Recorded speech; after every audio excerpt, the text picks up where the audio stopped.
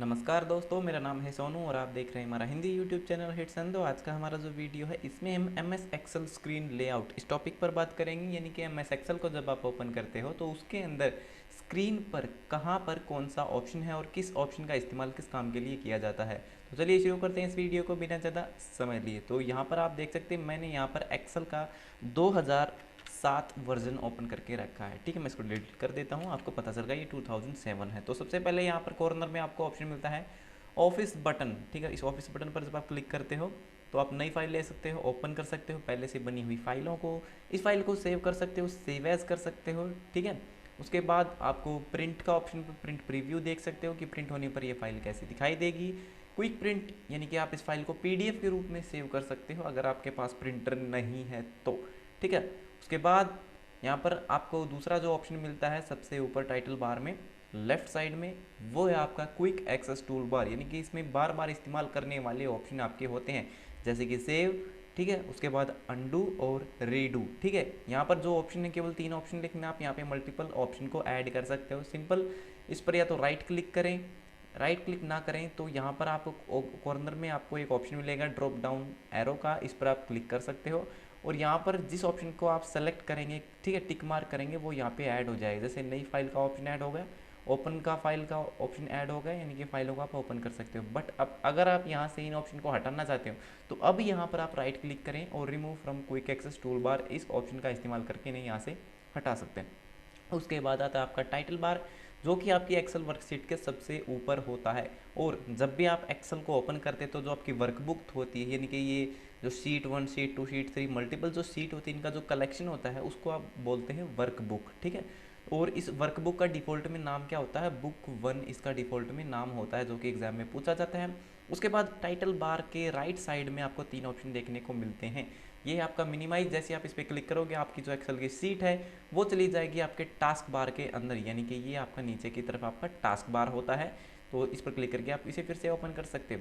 उसके बाद दूसरा ऑप्शन है आपका रीस्टोर डाउन। ठीक है, जैसे आप इस पर क्लिक करोगे आपकी स्क्रीन जो है छोटी हो जाएगी और आप इसको जो है इस तरह से एडजस्ट कर सकते हैं और साइड बाय साइड कर सकते हैं। उसके बाद फिर से इस ऑप्शन पर जाएंगे तो इसका एक्शन बदल जाएगा, ये बन जाएगा मैक्सिमाइज। आप क्लिक करोगे तो ये मैक्सिमाइज ठीक हो जाएगा। उसके बाद यहाँ पे ऑप्शन है क्लोज, इससे आप एक्सेल की इस पूरी एप्लीकेशन को बंद कर पाओगे। ठीक है, ये क्लोज। और ये जो दूसरा एक्स का बटन है, ठीक है, यहाँ पे 2 बटन है, एक है क्लोज और दूसरा विंडो क्लोज। ठीक है, यानी कि जो फाइल आपने ओपन की है, अगर आप सिर्फ फाइल को ओपन कर जो फाइल आपने ओपन की है, अगर आप उस फाइल को ही बंद करना चाहते हैं, सिर्फ इस फाइल को मैं बंद करना चाहता हूँ, जैसे मेरी एक फाइल है, मैं लिख दिया सोनू, मेरी एक फ़ाइल हो गई। अगर मैं सिर्फ इस फाइल को बंद करना चाहूँ, एक्सेल से बाहर नहीं निकलना चाहूँ, तो उस समय मैं इसका इस्तेमाल करूँगा। जैसे मैं इस पर क्लिक करूँगा, do you want to save, no, मैं सेव नहीं करना चाहता। तो आपने देखा उस फाइल से मैं बाहर निकल गया, बट अभी भी मैं एक्सेल के अंदर हूँ। तो अब कौन से ऑप्शन काम करेंगे, क्योंकि हमारी जो शीट है वो तो जा चुकी है। तो ऑफिस बटन पर क्लिक करेंगे तो यहाँ पे 2 ऑप्शन है, न्यू या फिर ओपन। तो मैं इसके अलावा यहाँ पे रिसेंट डॉक्यूमेंट, यानी कि अभी अभी आपने कोई फाइल अगर ओपन की है तो वो यहाँ पे आपको दिखाई देगी। मैं इसी पर क्लिक करके इसको ओपन कर लेता हूँ। तो ये आईटीआई के स्टूडेंट्स का रिजल्ट है, गवर्नमेंट आईटीआई जिंद के कोपा ट्रेड के छात्रों का, लड़के और लड़कियों दोनों का है। ठीक है, तो ये इस तरह से आप जो है इस दूसरे क्लोज विंडो बटन का इस्तेमाल कर सकते हो, ये क्लोज और ये क्लोज विंडो। उसके बाद यहाँ पे जो दूसरा ऑप्शन है जिसमें आपके home tab, insert tab, page layout, formula, data, review, view, ठीक, इसके अलावा डेवलपर टैब भी होता है जो आप बाद में ऐड कर सकते हो अगर आप मैक्रो का इस्तेमाल करते हो एक्सेल के अंदर। ठीक है, तो ये सब क्या है, ये सब आपके टैब हैं और ये कहाँ पर है, आपके मेन्यू बार के ऊपर है। तो ये जो बार है, जो पट्टी है आपकी, ये आपका मेन्यू बार कहलाती है। ये आपका हेल्प का ऑप्शन है, शॉर्टकट की है F1। उसके बाद यहाँ पे जो दूसरी लाइन आती है जिसके अंदर ये आपको मल्टीपल ऑप्शन देखने को मिलते हैं, ये आपका रिबन बार होता है। तो अब आप सोचोगे रिबन बार कहाँ से कहाँ तक है, तो इससे सिंपल इसको चेक कर सकते हो। इस पर राइट क्लिक करो अपने मेन्यू बार पर और मिनिमाइज द रिबन पर क्लिक करो। तो आपने देखा जो ऑप्शन आपके गायब हो गए हैं, ठीक है, इस फार्मूला बार से ऊपर के और मेन्यू बार से नीचे के जो ऑप्शन गायब हो गए, वो सब आपके रिबन बार के अंदर हैं। फिर से राइट क्लिक करेंगे और मिनिमाइज द रिबन बार को अनटिक कर देंगे और आपके सारे ऑप्शन वापस से आ जाएंगे।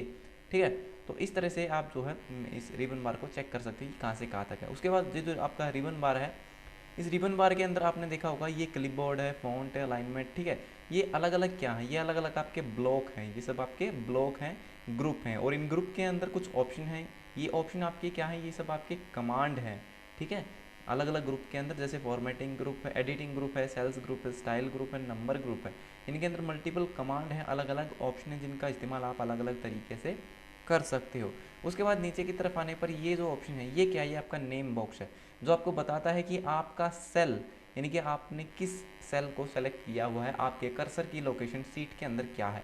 तो इसने कहा है J16 J16 यानी कि 16 नंबर का कॉलम है, सॉरी J नंबर का कॉलम है और हमारा रो कौन सी है 16 यानी कि 16वें नंबर की रो है ये वाली रो। और कौन सी थी J, ठीक है, इसने J बताया था, J बोला था। तो J हमारी कहाँ पर है कि J ये वाली 84.50% को हमने सेलेक्ट करके रखा था। तो ये जो J वाली कॉलम थी, रो थी, और हमारा कॉलम कौन सा था, जैसे हम ऊपर की तरफ जाएंगे तो ये देख सकते हो J सेलेक्टेड है और 16 रो, तो यहाँ से यहाँ तक और यहाँ से यहाँ तक। तो ये क्या करती है, आपके कर्सर की लोकेशन बताता है। अगर मैं पहले वाले को सेलेक्ट करूँ तो B6, उसके बाद यहाँ पे, उसके बाद यहाँ पे, यानी कि हमारा जो A1 सेल है उसके अंदर पिक्चर 1 दे के रखी हुई है, ठीक है। तो आप अपने कर्सर की लोकेशन का पता लगाने के लिए जो है इस नेम बॉक्स का इस्तेमाल कर सकते हैं। इसके अलावा यहाँ पर ये क्या है, ये आपका फार्मूला बार है, इसके अंदर आपको फार्मूला की लोकेशन देखने को मिलती है, ठीक है। मैंने नंबर हटा दी, मैं इसको फिर ठीक कर देता हूँ। उसके बाद यहाँ पर आप देखोगे तो यहाँ पे परसेंटेज दिखाई दे रही है, इसके अंदर कहीं पर भी फार्मूला यूज़ नहीं किया गया है, मैनुअली सब कुछ टाइप करके रखा है। अब मैं इस सीट को हटाता हूँ, ठीक है, यानी कि मैं एक नई सीट ले लेता हूँ Ctrl+N बटन को क्लिक करके। अब हम आते हैं तो यहाँ पर अब आपको आसानी से समझ में आएगा। जैसे ही मैंने पहले सेल को सिलेक्ट किया तो A और 1, ठीक है, A वाला हमारा कॉलम है और पहली हमारी रो है, ठीक है, B1 C1 उसके बाद C2, ठीक है। तो हमारे कर्सर की लोकेशन पता चलती है मेरे नेम बॉक्स से। अब हम किसी भी सेल को सेलेक्ट करके उसके अंदर जब हम फार्मूला लिखते हैं तो फार्मूला हमें कहाँ दिखाई देता है, वो दिखता है हमें फार्मूला बार के अंदर, ठीक है। इसके अलावा फार्मूला बार पर जब आप यहाँ पे क्लिक करते हो तो ये यहाँ पर क्लिक करके आप जो फार्मूला ऐड कर सकते हो। जैसे आप इस पर क्लिक करोगे तो यहाँ पे आपको ऑप्शन मिलेंगे सम, एवरेज, यानी कि जोड़ कर सकते हो, एवरेज निकाल सकते हो, ठीक है, हाइपरलिंक URL डाल सकते हो, ठीक है। तो मैं यहाँ पे सिंपल सम जोड़ करके दिखाता हूँ आपको, ओके पर क्लिक करेंगे। उसके बाद नंबर जैसे मेरा 20 और 20 ये मेरे दो नंबर है, मुझे इनका जोड़ निकालना। जोड़ यहाँ पे आपको दिख गया, 40 ऑलरेडी लिखा है, ओके पर क्लिक करेंगे तो 40 दिखेगा, ठीक है। उसके बाद आप कहीं पर भी क्लिक करोगे तो उसकी लोकेशन बताएगा, लेकिन यहाँ पे एक बात नोटिस करो, जहाँ पर भी आप क्लिक कर रहे हो यहाँ पर फार्मूला बार जो खाली दिखा रहा है, बट जैसे आप इस पर क्लिक करोगे तो फार्मूला बार दिखा रहा है आपको सम 20 यानी कि 20 और 20 20 और 20 का जोड़ यहाँ पे किया गया है इस सेल के अंदर। इस सेल के अंदर जो फार्मूला है वो हमें देखने को मिल रहा है फंक्शन बार से, ठीक है। उसके बाद यहाँ पर जब आप कॉर्नर में क्लिक करोगे तो आप पूरी की पूरी वर्कशीट को सेलेक्ट कर पाओगे, जैसे यहाँ पर, ठीक है। पूरी वर्कशीट को सेलेक्ट करने के लिए हम इस कॉर्नर पर क्लिक करते हैं, ठीक है। अब आप यहाँ पे देख सकते हो इसके अंदर कितनी रो हैं और कितने कॉलम हैं। तो इसके अंदर जो रो है वो है कितनी रो है इसकी 10 48 576 और कॉलम कितने हैं 16 384, ठीक है, 16 384 इसके अंदर कॉलम है और 10 48 576 इसके अंदर रो हैं, ठीक है। उसके बाद हम आ जाते हैं यहाँ पर, ये आप देख सकते हैं ये आपका क्या है, ये स्क्रॉल बार है, इससे आप अपनी वर्कशीट को ऊपर नीचे स्क्रॉल कर सकते हो। इसके अलावा ये जो आपका जो फार्मूला बार है इसको आप जो है मैक्सिमाइज़ भी कर सकते हो, यहाँ पर क्लिक करके एक्सपेंड कर सकते हो, इसको कोलैप्स कर सकते हो, कोलैप्स यानी कि इसको वापस से बंद करना है इसी कॉर्नर पर क्लिक करके। उसके बाद यहाँ पे नीचे की तरफ जब आप आओगे तो यहाँ पे आपको दिखेंगे 3 शीट 1 शीट 2 शीट 3। जब भी आप MS एक्सेल को ओपन करते हो तो वहाँ पे डिफ़ॉल्ट में आपको 3 वर्कशीट मिलती हैं जिनका डिफ़ॉल्ट में नाम होता है sheet 1 sheet 2 sheet 3।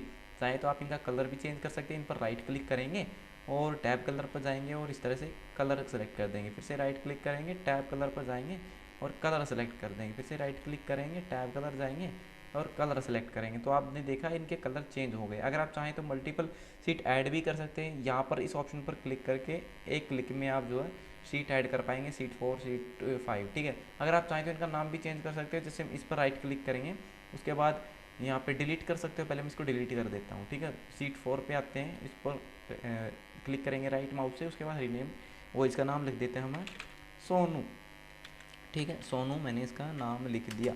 Inter button press करेंगे और आपकी जो वर्कशीट है उसका नाम लिखा जा चुका है सोनू। तो इस तरह से आप किसी भी वर्कशीट का नाम भी चेंज कर सकते हो। उसके बाद आते हैं आपके जूमिंग स्केल पर। तो यहाँ पर जो जूमिंग स्केल है कम से कम 10% और अधिकतम आपका जो है 400% तक होता है, ठीक है। लेकिन एम एस वर्ड के अंदर 500% तक होता है। इसके अलावा जो आपका माइक्रोसॉफ्ट का पावर पॉइंट है, पावर पॉइंट में भी आपका मैक्सिमम 400% तक आप जूम कर सकते हो किसी भी फाइल को, और एक्सेल में भी 400% तक जूम करके देख सकते हो।